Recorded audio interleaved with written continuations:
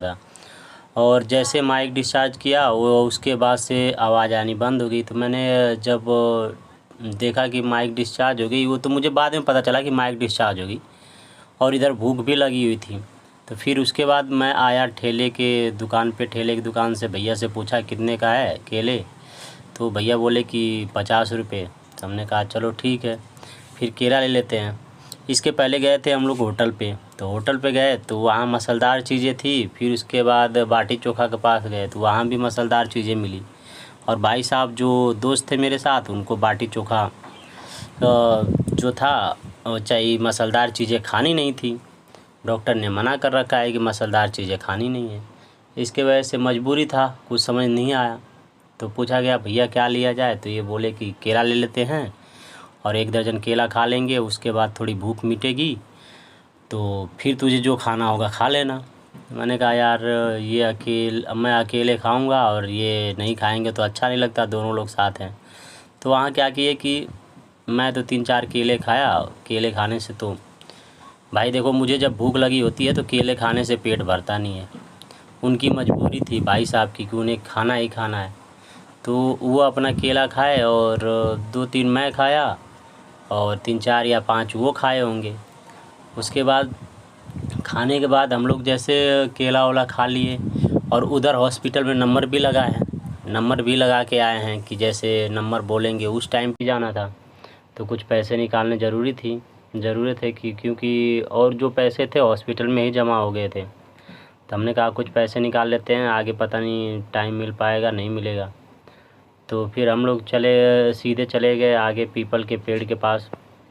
वहाँ पे हम लोगों ने जाके फिर उसके बाद जब देखे कि यहाँ पे सेम यही बताया, तो वहाँ SBI का हमें मिल गया ATM। और जैसे हम लोग को वहाँ पे SBI का ATM मिला, उसके बाद हम वहाँ से पैसे वैसे निकाले और सीधे हम लोग BHU हॉस्पिटल में चले गए। सीधे जहाँ पे हमारा नंबर लगा था वहाँ पे चले गए। हमने 1 से 1.5 घंटा और लगेगा समय मुझे जहाँ पे था, उसके बाद हम कहीं खाली हो पाएंगे। अभी जैसे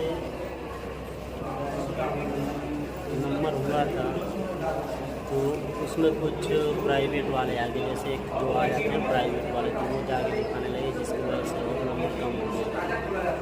तो अभी देखते हैं कि कितने देर में हम खाली होते हैं। मुझे लग रहा है कि अब आधा 1 घंटा या 2 घंटे समय और लगेंगे जहाँ तक मुझे लगता है। और जैसे खाली होंगे वैसे होंगे बाबा विश्वनाथ की दर्शन करने जाएंगे। और वो भी देखते हैं कि अगर लेट हो गया तो दर्शन कर पाते हैं कि नहीं कर पाते हैं, वो तो जाने के बाद ही पता चलेगा। अभी तो जाके टाइम मिला है, अभी को दवा वाला ले लिए, अब दवा वाला ले के निकल रहे हैं। अब चल रहे हैं बाबा काशी विश्वनाथ के पास। आज दर्शन करेंगे, दर्शन करने के बाद उसके बाद गंगा स्नान करेंगे, गंगा आरती देखेंगे, और गोदौलिया से चलेंगे काशी विश्वनाथ, और वहाँ करेंगे महादेव का दर्शन। उसके बाद करेंगे गंगा आरती। पहले चल के नहाएंगे नदी में, हाँ नदी में नहाएंगे और दबा के नहाएंगे। नहाने के बाद चलेंगे काशी विश्वनाथ मंदिर को दर्शन करेंगे, और उसके बाद देखेंगे शाम को गंगा आरती। आ गए हैं हम गोदौलिया। अब 1 किलोमीटर यहाँ से दूरी है। उसके बाद चलेंगे हम गंगा घाट, और गंगा घाट पे करेंगे स्नान, और स्नान करके करेंगे महादेव, देवों के देव महादेव का करेंगे दर्शन, काशी विश्वनाथ का करेंगे दर्शन। उसके बाद शाम को देखेंगे गंगा आरती।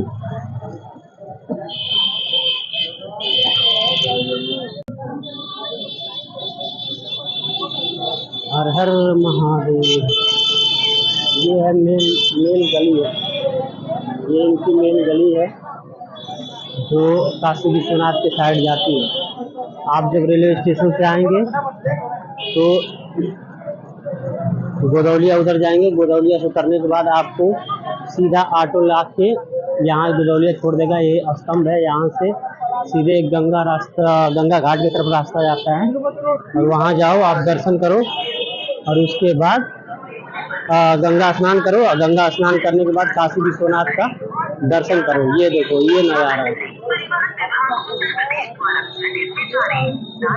ये नज़ारा, ये स्तंभ जब आएगा तो आप आ जाएंगे।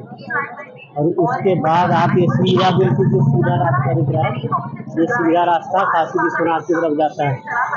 ये बिल्कुल जो सीधा रास्ता है, और ये इधर से घूम जाएंगे तो ये घाट की तरफ जाएगा।